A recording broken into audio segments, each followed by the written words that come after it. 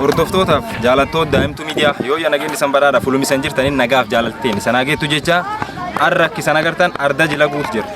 Gadaan Boorana 71ffaan baalli gada 72 kennuufi jila akka jilachaa jiran. Jilisaan jilatan keessa arra immoo jila galma dhaawaa dhaamsa gubba jiran. Jiltitu maan fakkaata maan dhaamatan akka xumuraatti qoommi teentana dhiyaadhaa saniin jenne. Marmara yotiye marmarina sobe lafan liyo jede liyo dihadisi yo kana chidisi dandari waqayo dandina babayo butan lunkurura urji waqatuta Libani robe urgae abirra kumbe urgofte. Gadaan Boorana 71ffaan gogeessi Khura Jaarso gooroo gadooma fidate baalli gada Boorana 72ffaa gogeess guyyoo boruutiif kennuuf jilakkaa jilachaa ture ammallee jilachaa jira. Jilsuun keessa jil galma dhaawaa dhaamsa gubba jiran. Jilti tun jiltaaniin garagarummaa qabdi. Garagarummaan isii gadaan Khura Jaarso jiltii miishoota gada isa aga baalliin kennin qabu tan qofa. Gooroo gadooma wagga 8 geegessaa ture naga itti dhaamataa jechuudha. Jiltan duub guyyaa dheengadda itti keeyyatan. Itti keeyyacha jiltana barraaq boru arbaatiin lafa kaanii bokkuu jila lamaan hangafaaf maandhicha. Ammallee jaarsosii uyyisan. Yoo uyyisanii deebi'an in godaannaa jedhanii waan akka manoo orooroo siiqee faguurratanii butume gam yaanii harraan ol deebi'an. Yoo ol deebi'an kana nami cufa akka gosaat wadhakka moonaat uchum buusanii bunqalatanii eebbifatanii yaa godaanniyan midhanii manatti ol deebi'an.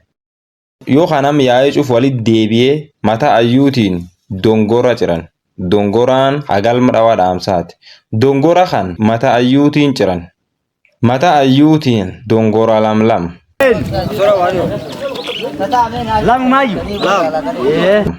Booranilleen kaalaa dhufuuni malee yaa'ii yemmuu akka mata ayyuutiin herregata. Yoo dongoraan dhufe galma dongoran. Galm jaarsi hosii malee hin dongoran. Jaarsi hosii kun ammoo galm kan dongoruuf dhaltiif rimeessa mi'aaf qumbi qaba. Abba galma yookaan abba gadaa irraa ammoo uyyis qaba.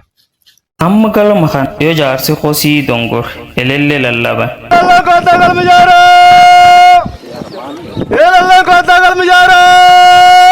Kota galma jaara jedhani elelle yaacuuf dhufte sirba kakaarilee dhaachaa jaarti.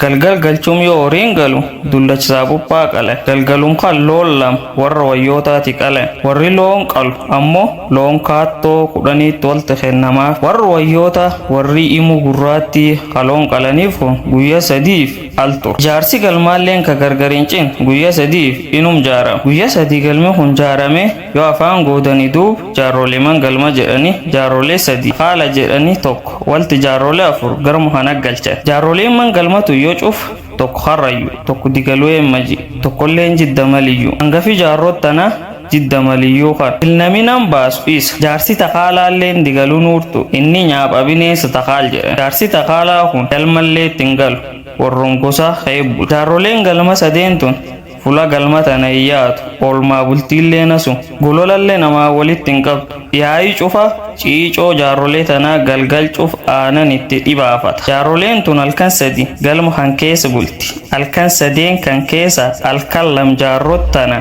horii qala yoo guyyaa 3 jaarroleen galma bulti duub amma guyyaa lam dhawa baa itti aansun guyyaa 3 dhibaayyuu jechuun ammoo kadhawaaqaati dhibaayyuun tun guyyaa lam alatti guyyaa tokko ammoo warrumatti dhibaafatan yoo guyyaa 3 dhibaayyuu keessa ba'ani minga qalan itti aansun kormobbaati jira qalanii jiltan afaan goodan jilti galma dhawa dhaamsa ka gargarii hin cin akkanaan guyyaa 13 fudhatti jilkaayoo warjila oofuu Hordoftoota daawwattoota daa'imtuu miidiyaa qophiinnu waan galma dhawa dhaamsarra qopheeffan tan fakkaata. Aktu mur khanan wal inturu khaisani ora bula debana sanin jenna kameramani gulaltoti video khanati fi editari Sada Museni TV gammachu horma jarsu daim tu midian kesani jabe fada ora bula debana asa asa namu makakasa abu wa farsa namu wa mufisada